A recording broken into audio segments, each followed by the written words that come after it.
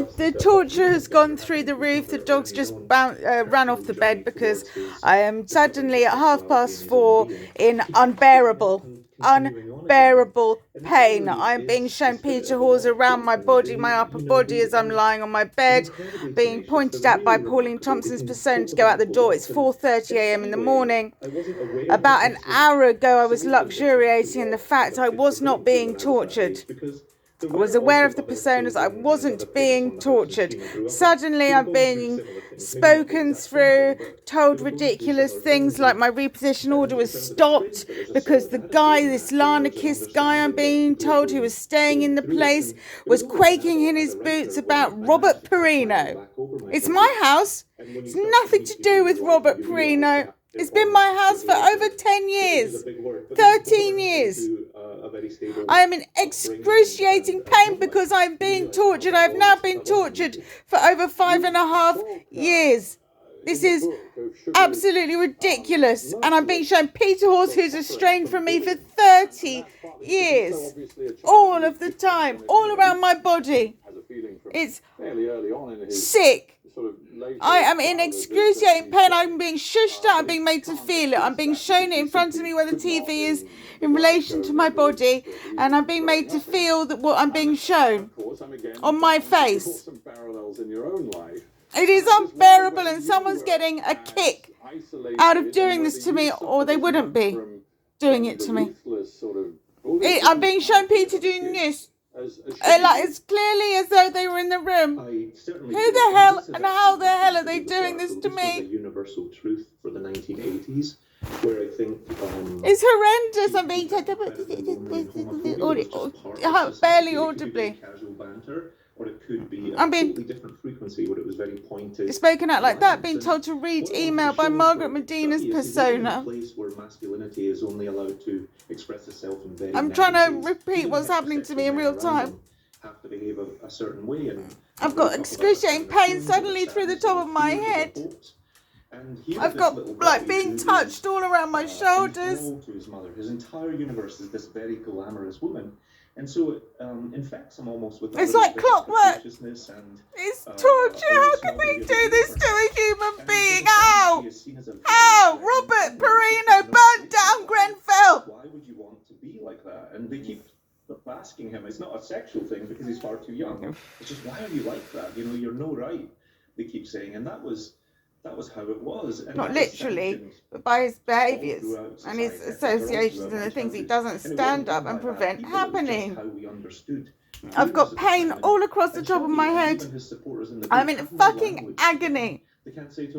I'm being woken up. How can I do anything? Come like working hours. I'm being shushed out. I can feel the full force of the sound that is being made through my body, as well as it being projected onto me. I've been told to shush all the time. I wasn't making any noise. I was listening to YouTubes in silence, and then suddenly again, and an hour ago, it dawned on me, hey, I'm not being tortured. Isn't this nice? I'm just monging. I'm not doing anything productive.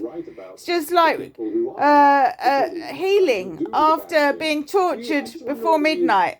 I'm suddenly aware that I'm not being tortured, and then suddenly at 4:30 a.m. I've got Peter Hawes' persona encasing me, then this narrative coming about, being projected onto me about fucking Larnakist, this guy who's staying in my property, and then on and building up layers of complete drivel, complete nonsense, bollocks.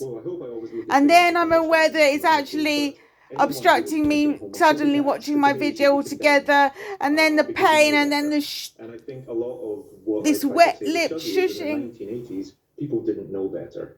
And I'm being shushed at now by Margaret Medina's persona. When I stop screaming, they're doing this at me. I've got crackling in my ears, pain across my head, just this oppressive feeling. They long for him to be normal. Like pinning me to the bed, just taking all this fucking shit. I could fucking put a dagger through my head and kill myself. I would. It is unbearable torture for 5.5 to 6 years of this shit being done to me. Operates from a place of hatred. Being shown Margaret doing this. How long, Douglas, did it take you? All from my right hand side. Right word. I'm being shown now Margaret sitting about 4.5 meters away from where I'm lying is a small table. I'm being now shown Pauline and Margaret sitting at the table saying, "Do not do it." Constant nagging sort of anxieties, concerns when you were growing up. Any time you say, I went into a room, I felt bad about one of these three, whether I was gay, whether my mother was suffering, got pain through my head here. These were the sort of got all this garbling at me. It's horrendous. It is horrendous. They're doing it at will. They're doing it to control me somehow. Being shown Margaret as though she were in the room. It's as crystal clear as though they were in the room. Well, God bless you for thinking doing that this. I've done that already. I think that's a journey that I'm constantly on. You know, it's sick. It's something sick. Got pain all through the top of my head. Sort of a casting. I'm just observing that on the BBC News there's a Scottish guy who looks like Kyle Alexander, the person in my building. I don't know how they've done this to me, like bald-headed, white male Scottish guy, and then suddenly, I don't know if it's a timing thing, but suddenly at 4 o'clock, suddenly they started torturing me again. And only, like, say 2:30, I was like, wow, I can actually breathe. I can actually do what I was doing without being in so much pain that I'm fucking wriggling about, flinching, and just so excruciatingly uncomfortable and being tortured and having all these things that are completely out of my control being projected onto me. It is unbearable. It is so cruel. It is so cruel. I can't live in a world that they've done this to me. I can't.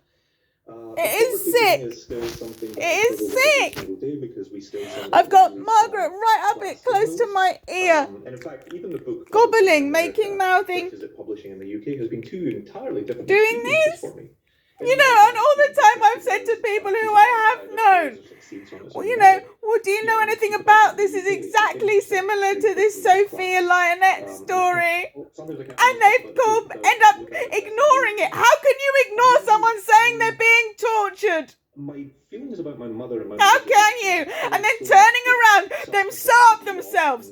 I was privately educated. I got a scholarship to my school. I've got a law degree. I've worked as a stockbroker. Why does he be, you know, like an unknown pop star? Nobody knows of the guy. Turn around and call me a tosser. Do you know what that means? It's personally offensive. It means you're a wanker. He's a gay. He's a convicted gay poof. Forgive me, I'm going to ask you a very intrusive question, but again, it intrigues me because many people... He's a gay! ...experience of addiction in their own lives. He's a gay, and he's doing things that I don't understand. It looks like he's got wealth. Where's he got the wealth from? How can you tell a woman, a good, wholesome woman, that they're a tosser? Because they ask you, do you know anything about how this would happen? You must do. You must do. I'm pointing out, it's exactly like this Sophia Lionette. I'm also pointing out she's a 21-year-old girl, and I'm a 40-year-old woman. Different people. How did they do this to me? No, I never ever did. Because I'd seen the destruction it wreaked and I'm being shown Margaret as though she was standing outside having a discussion. It's horrendous. It's like one piss-take narrative after another. Somebody is contriving the content as though they were making a video. It's disgusting. It is depraved. The premise, the thinking is cruel. It's sick. It should be destroyed. It should be removed from the face of the earth. It is so sick. Somebody is doing this to me. It is sick. They are depraved. The person who can think what they're doing to me should be removed from the face of the earth. There is no place for that in humanity. They are sick. I'm being given a real-time story of Margaret conducting a discussion outside on the balcony of the place we're staying. Then I've got all the presence of Peter here. Those two things are contrived. I don't know Peter, in fact. In real fact, he's been out of my life for 30 years. And there is no reason in the world that I would suddenly be thinking of him. I'm not. Somebody is doing that to me. Someone who's also giving me excruciating pain across my forehead. Somebody was also timing it in particular ways. I've got crackling now through my ears like it's all made of squidgy rubber, my face. But I've always loved Glasgow, and I still It's love all Glasgow. rubbing together. I think of Shuggy in a way as my homecoming. I'm in excruciating pain now. I've got Peter's image as though it was sat right behind me making big, deep breathing noises. Big, deep breathing. And I've also got simultaneously Margaret Medina's persona now up by where the television is making shrill, sharp, shushing noises. And I've got crackling in both of my ears and I'm in excruciating pain every single night like somebody's getting a kick out of it. I am terrified. For false flattery or for someone talking I'm being about love trampoline. and big flowers. They want I've got honesty crackling in both of and my what ears. people I've got the soundbite that is often repeated And so, when it gets so to an lovely excruciating because crescendo, which is it's Pauline saying, yeah, all right. It's somebody's contriving this narrative, this story, and then I'm being shown Peter Hall's going right through me all the time. It is disgusting. It is depraved. It is everything that was happening in Lovelace to me. Somebody's doing it. It is not natural. It's against the law. That's my home, my land. My name is in the land registry. You can't just take somebody and abuse them like they have done. It is depraved. It is depravity. And then I go out on the streets, and then in actual fact, somebody is allowing somebody to ride on a bus. No, this is the sick world we're living in. On a bus.